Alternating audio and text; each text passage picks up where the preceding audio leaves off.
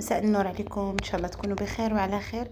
اليوم جبت لكم وصفه جد رائعه، كيك بالكوك بدون جلوتين. مقادير: كاس ديال دانون طبيعي بدون لاكتوز، كيف ما كتلاحظوا بدون لاكتوز. هنايا كنحتاج واحد القبيصه ديال الملح، وعندنا هنايا فاني، وعندنا خماره مقدار 7 غرام، عندنا بيضه كامله، عندنا لي بيبيت ديال شوكولا تقدروا تستغناو عليهم، عندنا هنايا السكر يعني واحد مقدار 4 المعالق صغار، وهنا عندنا كنحتاجو جوز الهند او الكوك. كده غنجيبو الصحن اللي غادي نشتغلوا فيه.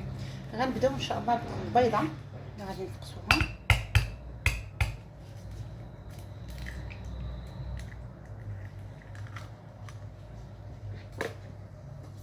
غنزيد واحد القبيصه ديال الملحه، غير هاد شويه فقط. غنزيدو السكر كيف ما كتلاحظوا 4 المعالق صغار، مقدار حجم هاد الملعقه هذه. غادي نزيدو دانون اللي بدون لاكتوز،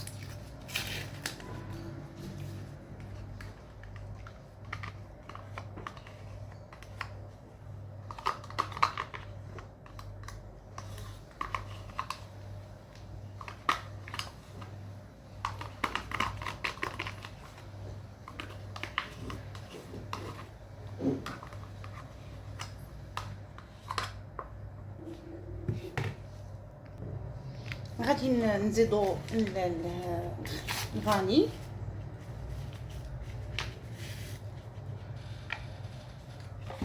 غنبداو نحركو على هذا الشكل هذا.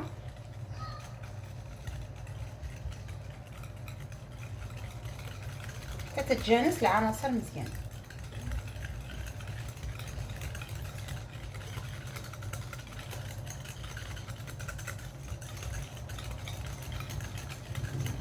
غادي نزيدو زليفه ديال الكوك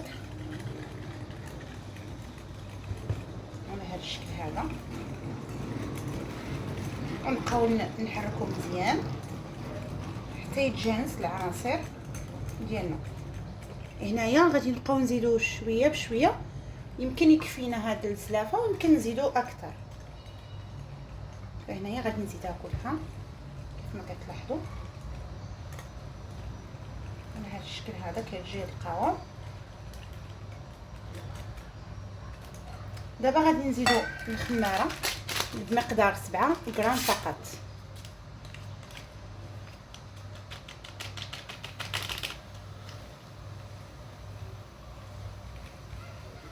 وغادي نضيفو لي بيبيت دو شوكولا واحد المقدار،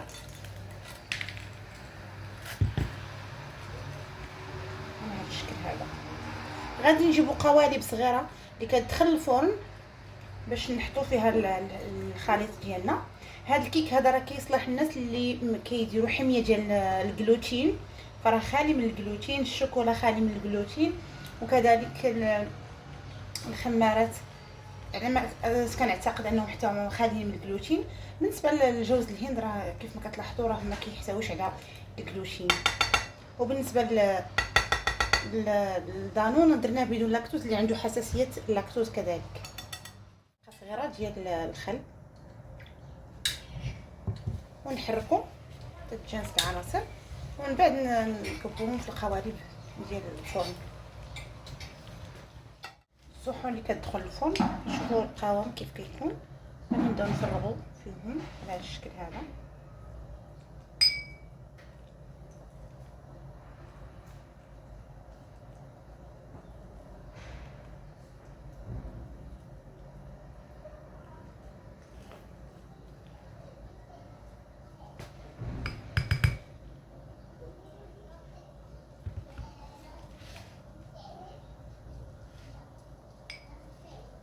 على هذا الشكل هذا، وغادي ندخلوهم الفران اللي يكون سخون مزيان، ونخليوهم واحد 10 دقائق حتى 15 دقيقه.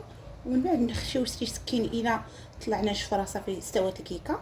الا طلع باقي نخليوه واحد شويه. الى نهايه الفيديو كيف ما كتلاحظوا الكيك تيجي على هذا الشكل هذا باقي حران.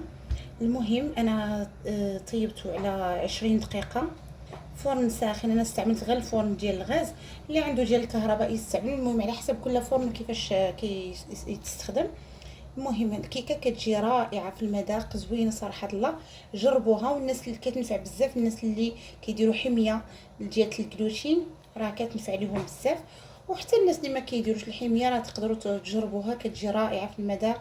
الا عجبتكم الوصفه ما تنساوش تدعمونا بلايك وسبسكرايب وتعليق ان شاء الله. فنتمنى ان شاء الله نبقى ان شاء الله متواصله معكم فيديوهات اللي تكون تحتوي على وصفات خاليه من الجلوتين ان شاء الله، ونبقى معكم ان شاء الله دائما بالوصفات. عواشر مباركه، الله يدخل عليكم هذا الشهر ان شاء الله بالصحه والسلامه يا ربي. مع السلامه.